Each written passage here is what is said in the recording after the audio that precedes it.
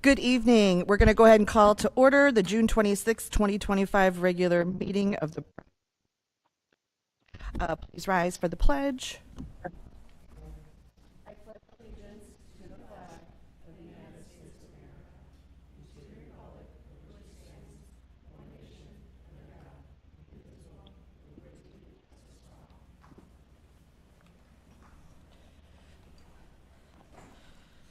Okay, we'll go to, we've been notified that Commissioner Janner has requested to participate remotely due to business. Move to allow remote meeting participation of Commissioner Janner per Section 7 of the Open Meetings Act. Second. Roll call, please. Vice President Anzier, Yes. Commissioner Thompson, Yes. Commissioner Balakrishna, Yes. Commissioner Jack, Yes. President Ruffing. Yes. Commissioner Janner, are you there? Yes, I am. Thank you. Great, thanks. Okay, do we have any matters from the public? Yes, we do. I'll call up Kim White.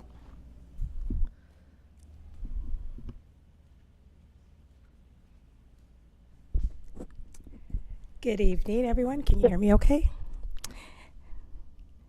Good evening, and thank you for the opportunity to speak. My name is Kim White, and I'm here to simply say thank you to the Naperville Park District for the intentional way you honor and recognize the diverse communities that call this city home. Your public displays of support show a true dedication to inclusion and belonging. The Juneteenth lighting at the Millennium Carillon was especially meaningful to many of us. It was more than just a light display. At a time when history is being challenged or erased, that kind of visible recognition right here in our city was very powerful. It sent a clear message. We see you. Your story matters, and your history belongs here. I know that feeling is shared by others who have seen themselves reflected through your efforts to celebrate different communities throughout the year. Here are just a few comments shared on my Facebook post. So meaningful. I didn't even know they did that. It's really beautiful and such a thoughtful thing to do. Our park district is amazing. A couple of years ago, they did rainbow colors for us. I remember how great that felt. It was lovely from a distance and stunning up close. I'm so grateful to live in a city that tries to live out its values. And someone simply said, well done, Park District. Brad, what I shared with you during our call last week, I want to share here publicly. Thank you for your leadership, your thoughtfulness, and your commitment to making space for everyone in our community. Thank you for continuing to lead with purpose and for setting the tone for what true community looks like. On behalf of Naperville Neighbors United, please extend my gratitude to your entire team. Thank you. Thank you so much for coming. Next public comment? Yes, we have received public comment emails from the following individuals: Dave and Elizabeth Carroll, Sita Halawa, Ning Tang, Yifei Zhu, Pavithra Arun Kumar, Leanne Montgomery, Purnima Krishnan, Arpit Palkiwala, PJ Alper, Raj Parameshwaran, Jani Satu, and Kimberly Juner. And the message reads, I am writing today as a parent to express my strong support for the development of a 50-meter indoor swimming facility in Naperville. Naperville is the third largest city in the state of Illinois and has one of the largest summer swimming leagues in the United States, numerous high-achieving athletes, 2 large swim clubs, and a strong water polo scene as well. Despite the clear passion for aquatics in our community, we lack a state-of-the-art 50-meter aquatic facility that can adequately serve the needs of our growing community. Our high school pools are already brimming with scheduling, and our neighborhood pools are only available seasonally. A 50-meter pool would serve a wide range of users.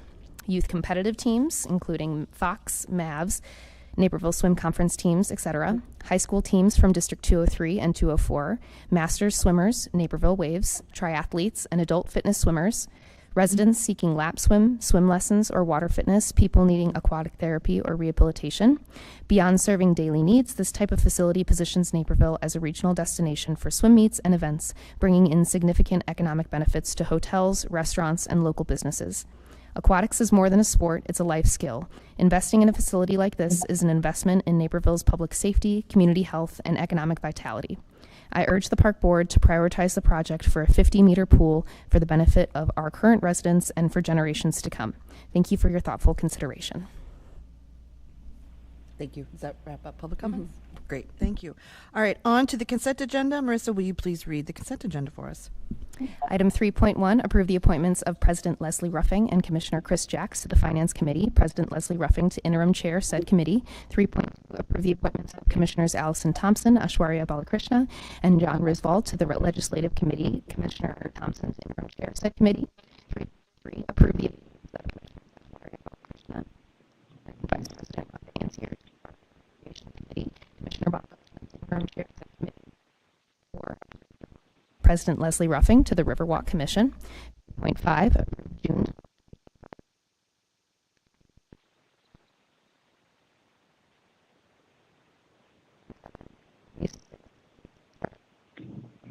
and the amount of award the contract for DuPage River Sports Complex Trail and Walkway repaving work, and to authorize staff to carry a further 5% contingency for a total authorized expenditure for the project in an amount not to exceed $93,200. Thank you. Should any items be removed from the consent agenda and considered separately? Seeing none? Move to accept consent agenda items 3.1 through 3.7. Second. Roll call, please.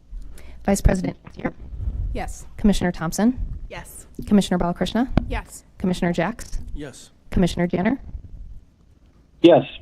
President Ruffing. Yes. Move to approve consent agenda items 3.1 through 3.7. Second. It's a voice vote. All in favor? Aye. Aye. Aye. Perfect. All right, no unfinished business, so we are moving on to new business, starting with the administration building parking lot renovation. Yes, good evening.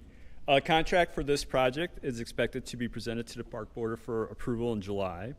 The scope of work includes mill and overlay and full replacement of the asphalt pavement of the parking lot, including curb and gutter replacement, sidewalk installation, striping, landscape restoration, and ADA improvements. Pending contract approval, it is planned to occur during the month of September, following completion of the 2025 Naperville JC's Last Fling event and most of the Eagle Street Gateway project. So just an update on that one. Great. On to Ashbury Park and Ashbury Greenway Trail renovation. A contract for this project is expected to be presented to the park board for approval in July. The scope of work includes repaving asphalt trail from Book Road East, the Plainfield Naperville Road through Ashbury Park and Ashbury Greenway. Pending contract approval, work is scheduled to begin in late summer and reach substantial completion by fall. Perfect, thank you. Centennial Park Detention Basin. Yes, so this was one that was included in the May 30th weekly packet. We thought it'd be helpful to kind of talk through the findings of the community outreach and analysis associated with this project. So as a bit of background, this spring staff was tasked with gathering input about use and interest in the natural ice rinks and sand volleyball courts offered seasonally in the Centennial Park Detention Basin.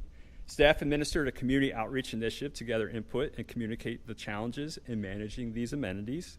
Included in the community outreach initiative was a webpage dedicated to the Centennial Park Detention Basin, a press release, social media posts, on-site signage, and an online questionnaire accessible via the Centennial Park Detention Basin webpage. The questionnaire received 945 responses, and the findings were used to formulate recommendations for future consideration. Both seasonal amenities in the Centennial Park Detention Basin face unique challenges. In the winter, the ice rinks require an average of 716 labor hours to set up, maintain, and take down every year. Moreover, staff calculated an annual average of approximately 11 usable ice rink days over the past 5 years. During warm weather months, a portion of the detention basin is converted to sand volleyball courts. Because this area is meant to hold stormwater, the sand often floods, creating a challenging maintenance problem for Parks Department staff, resulting in infrequent use of the amenity.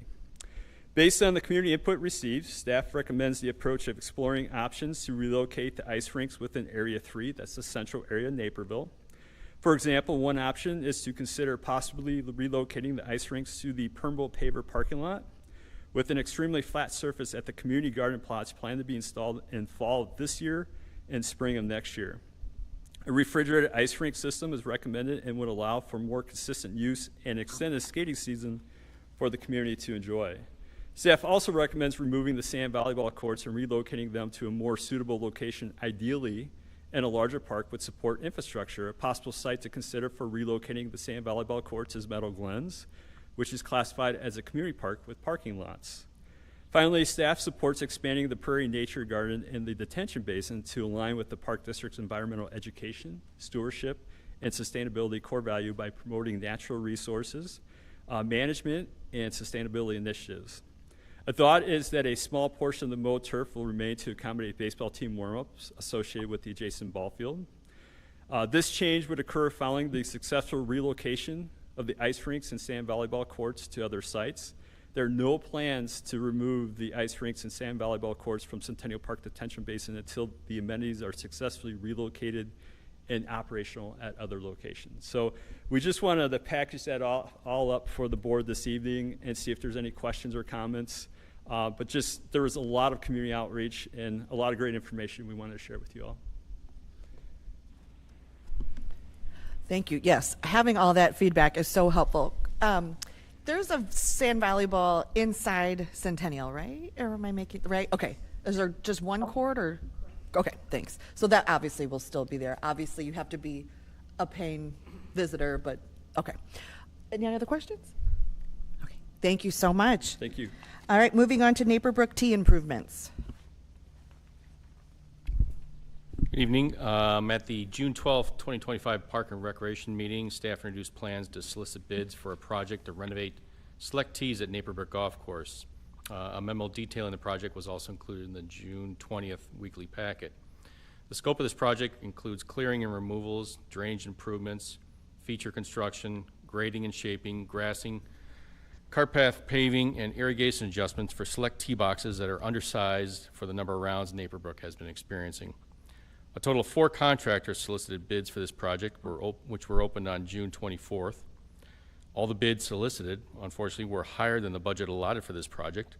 So staff is currently working with the project architect and a low bidder to value engineer the project to lower their overall cost while still completing the overall goal to improve the tees at Naperbrook. As expected, staff will provide an update on the Naperbrook Tee renovation project and then bids at a future park board meeting with the goal of having a contract for the board's consideration at a meeting in July or August. So just an update at this point. Okay, thank you so much. Do you have a question? Are you going to change the lengths of any of the holes, or move the tees, make it harder, or just expand the existing? They're expand the existing tees, basically, is Okay. what we're doing, expand and improve. The playing surfaces are too small for the amount of play that Right. we've had at the course recently, and some of the tees are also just misshapen, so we're going to try to expand and also add additional teen space forward now, since we do have a lot more players demanding tees that are Okay. a little shorter. That was my next question. Yeah. Okay, good. All right. Good. Sounds good. Okay. Okay, Thank thank you. you so much. All right, on to department updates. We will start with administration. Good evening. I just wanted to mention the 2025 Labor Day Parade. The parade will be again hosted this year by the Naperville JCs in conjunction with Last Fling on Monday, September 1st this year. Commissioners and their families are welcome to march. We are currently gathering interest from the board and staff, and more details will be sent out as the event comes closer. Thank you. Thank you so much. Next up is golf.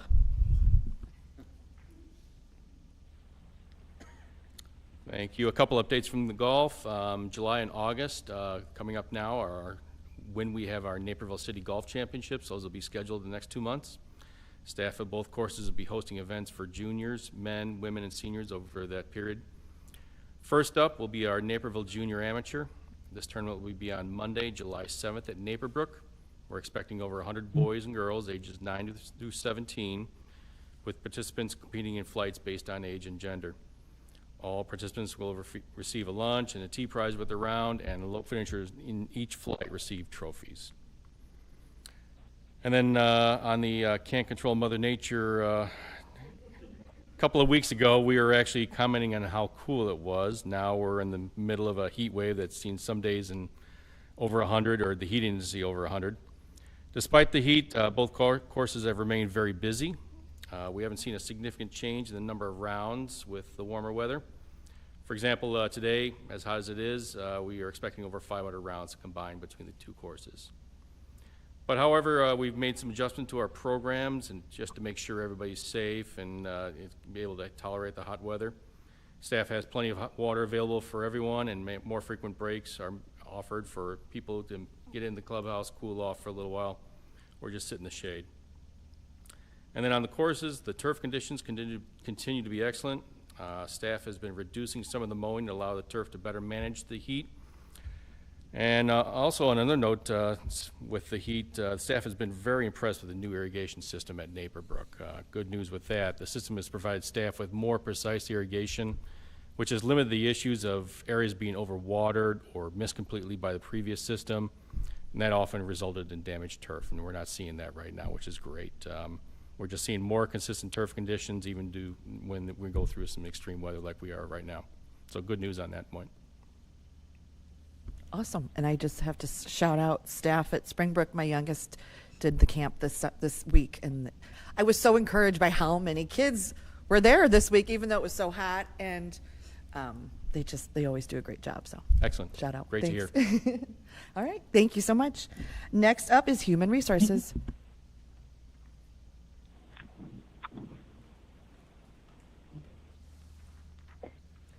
Good evening. This month's HR report is going to be super quick.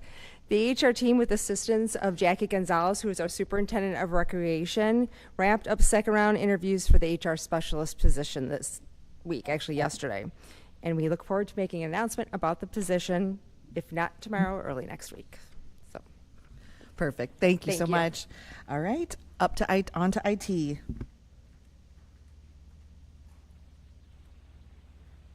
Good evening. Just a few IT updates. One of the things kind of on our radar is preparing for Windows 11 over the next few months. IT will be systematically upgrading systems district-wide to Windows 11 in advance of Microsoft's end of support for Windows 10, which hits on October 14th this year. Another thing that we're in the midst of, the previously discussed password management solution that I talked about a couple of meetings ago. We'll be looking to roll that out shortly after the July 4th holiday, providing some better security for staff. And then just general technology updates. This summer we're working on a variety of different things, including updates to about 1/3 of our smartphone fleet, deployment of tablets for some special use cases with Parks and Trades here at Fort Hill, as well as reviewing alternatives to the board meeting Chromebooks that are starting to show their age a little bit. So we're looking at options there as well. So that's it. Great. Thank you so much. On to marketing.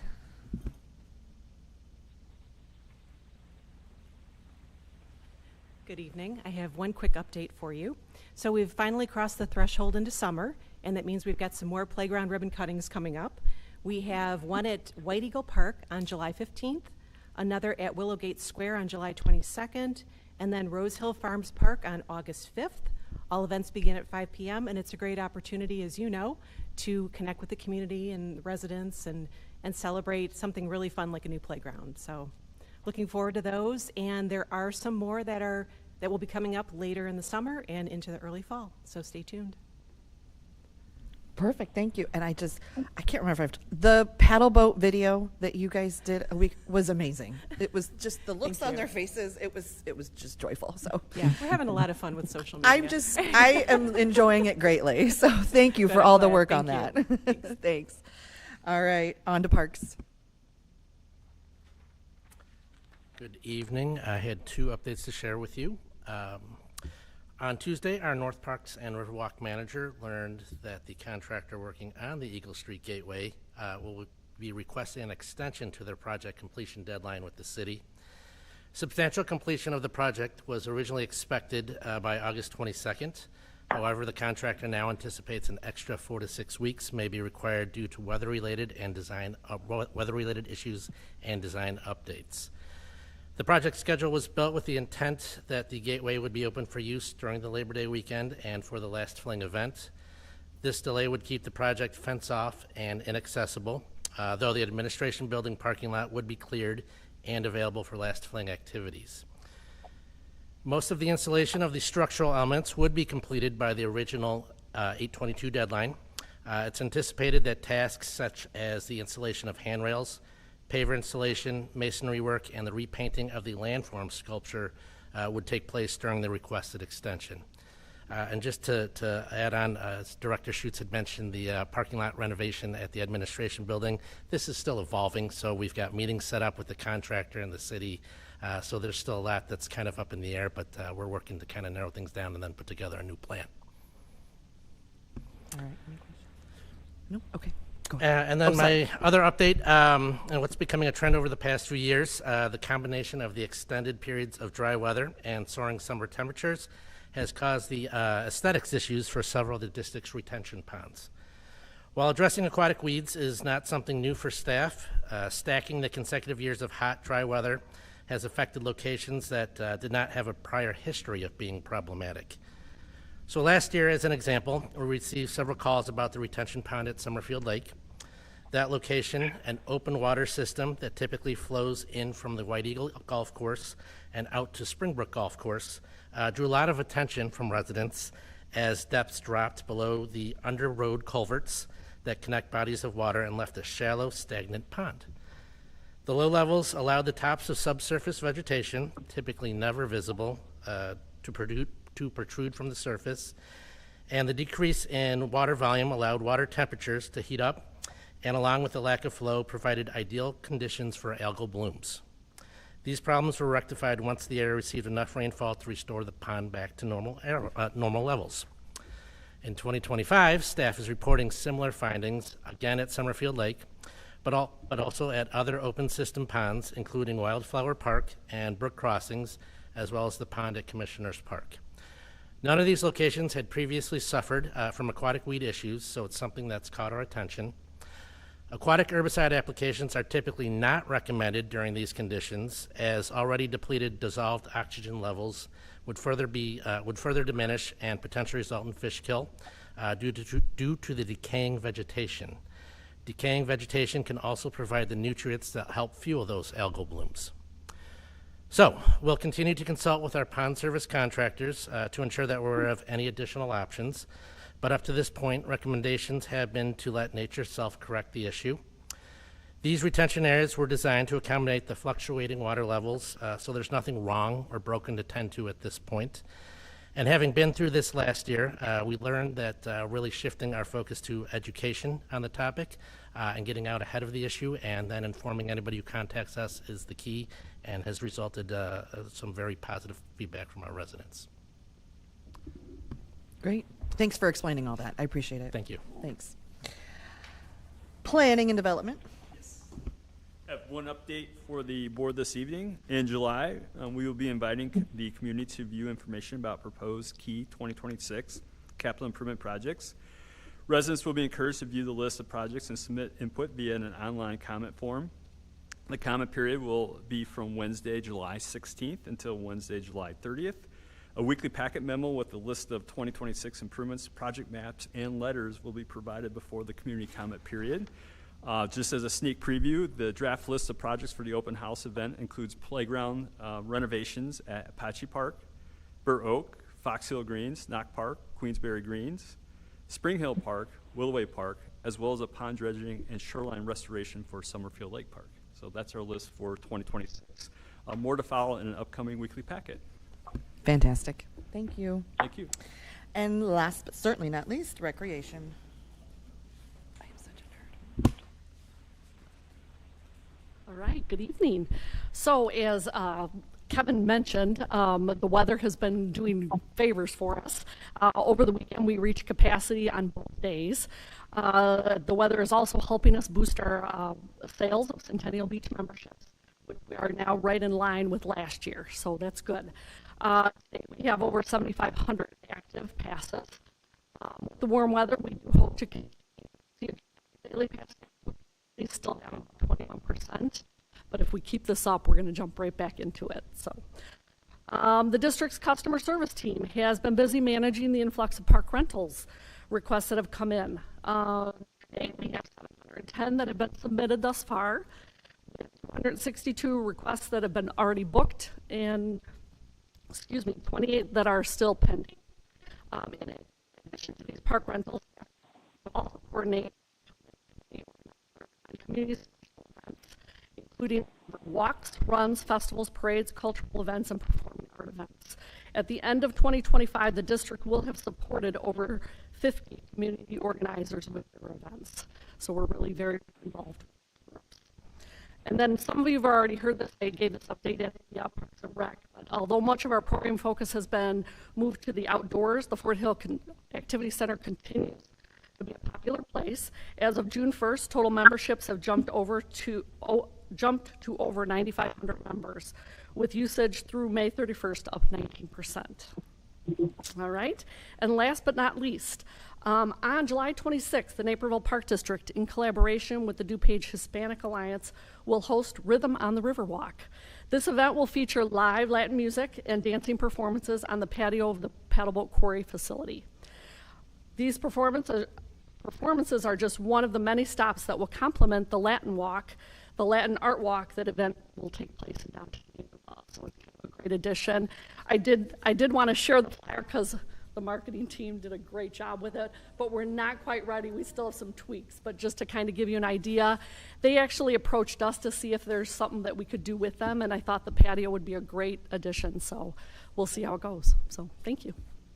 Thank you so much. Did you have a question? Well, what is capacity? And that's based on square footage, patrons within the water. All right. Our next scheduled regular, Commissioner Janner, did you have a question? No, I did not. Okay. Our next scheduled regular meeting of the Board of Park Commissioners is scheduled for July 10th, 2025 at 7 p.m. here at Fort Hill, and we are moving to executive session. To adjourn to executive session to discuss land acquisition for Section 2C5 of the Open Meetings Act. Second. Roll call, please. Vice President Anzier? Yes. Commissioner Thompson? Yes. Commissioner Balakrishna? Yes. Commissioner Jacks? Yes. Commissioner Janner? Yes. President Ruffin? Yes.